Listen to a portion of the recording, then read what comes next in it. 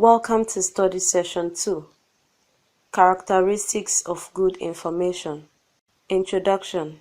The first session introduced you to the concept of information, where it was emphasized that information may appear in different contexts and situations.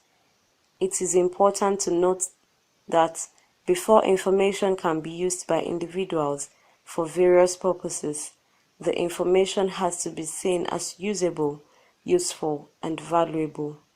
This is really important as the various sources of information that are available provide access to different forms of information, and if care is not taken, the wrong kind of information may be accessed and used. If that happens, the outcome may be detrimental to such information user.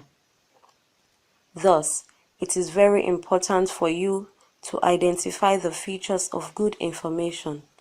This will create the consciousness that is needed for you to be critical and analytical before deciding to use information. Learning outcomes. At the end of this study session, you should be able to 1. Discuss good information. 2. Explain the characteristics of good information. Good information. Good information can be defined as information that is sought from the right source, used for the purpose for which it was sought, and which creates value for the user. This kind of information is one that addresses the need of users. In contrast, information that is retrieved from a source which does not increase the state of mind or really inform the individual in a meaningful way cannot be considered as good. The environment presently is filled with different kinds of information. In fact, a click of the button on a search engine will leave you overwhelmed with the tremendous and highly voluminous information about any concept. This leaves you with the rigors of determining valuable information out of the myriads of information that is available. Good information appears in a variety of ways to different people. Librarians may view information about a vendor that has access to current information resources from renowned publishers at costs that can be bargained as good. Journalists may refer to new developments and happenings within the political terrain, which few media houses are privy to, as good information.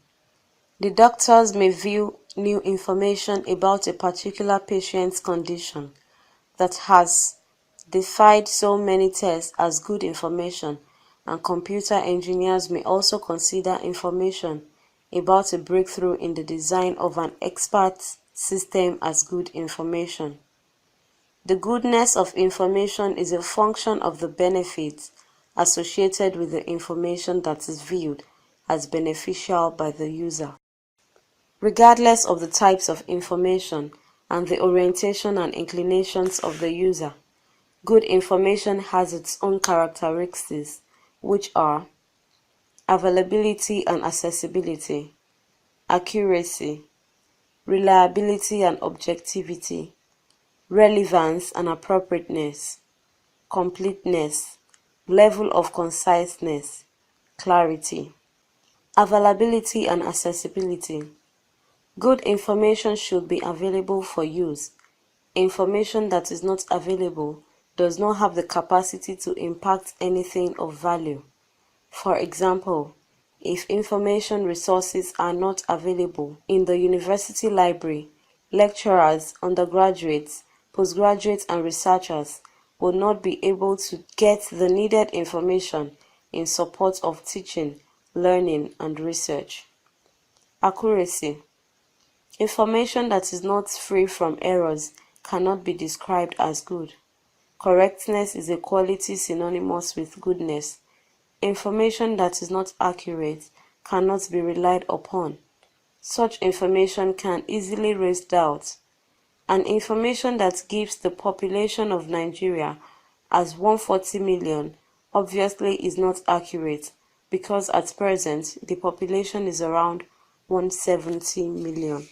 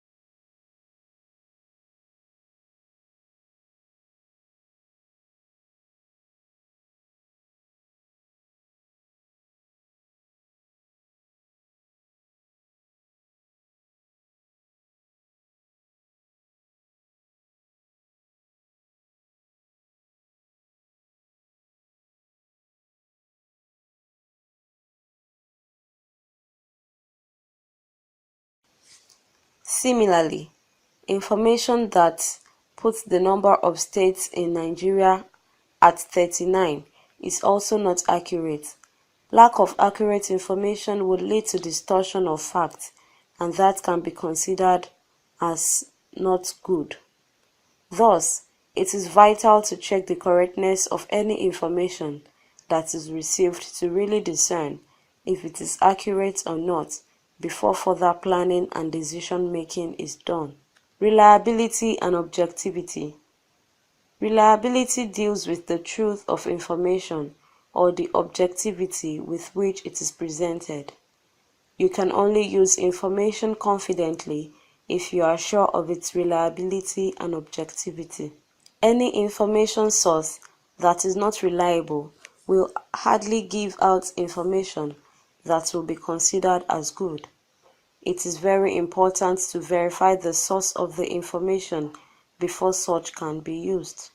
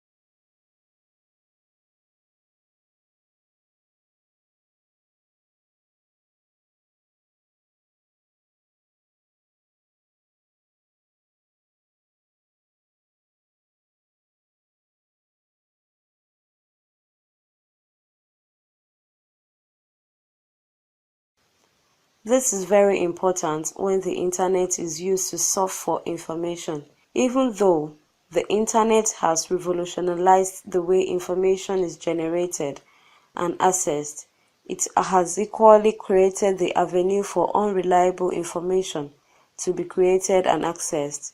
Before information retrieved online, it is proper for the individual who needs the information to check its source. On the other hand, information that is good should be objective. Subjective, narrowed and biased information cannot be considered as good, as it could be misleading. Such information hides the real facts from coming out. Objectivity suggests that information should be encompassing and factual. Relevance and appropriateness. Good information should be relevant to the purpose for which it is required. It must be suitable. Information that is not relevant and appropriate can actually be of no good. Frustration will definitely set in if after toiling hard to retrieve information, it is discovered that the information is not relevant, neither is it appropriate. For example, if an individual writing his final year project on use of electronic information resources for research activities by postgraduates goes to the cyber cafe, expend his financial resources, and use his available time to download documents that will be useful for his work, and later discovered after that almost half of the downloaded documents were actually on use of the internet by postgraduates, how sad it would be. Such documents will not be relevant to the project at hand. This goes to show the importance of determining beforehand if the information is actually relevant or not. Completeness. Information should contain all the details required by the user. Otherwise, it may not be useful as the basis for problem solving and decision making. For example, a textbook that presents information on descriptive cataloging, which only focuses on heading, title, and statement of responsibility, edition, imprint, collation, and ISBN, is not complete. The information provided by the author of the textbook cannot be considered as good because it is not complete. Any individual who uses that information has succeeded in acquiring incomplete information. This is because descriptive cataloging, according to the Anglo-American cataloging rules 2, includes series statements after collation and notes before ISBN. Completeness is a requirement in identifying good information. Level of conciseness. Information should be in a form that is short enough to allow for its examination and use. Extraneous information should be minimized.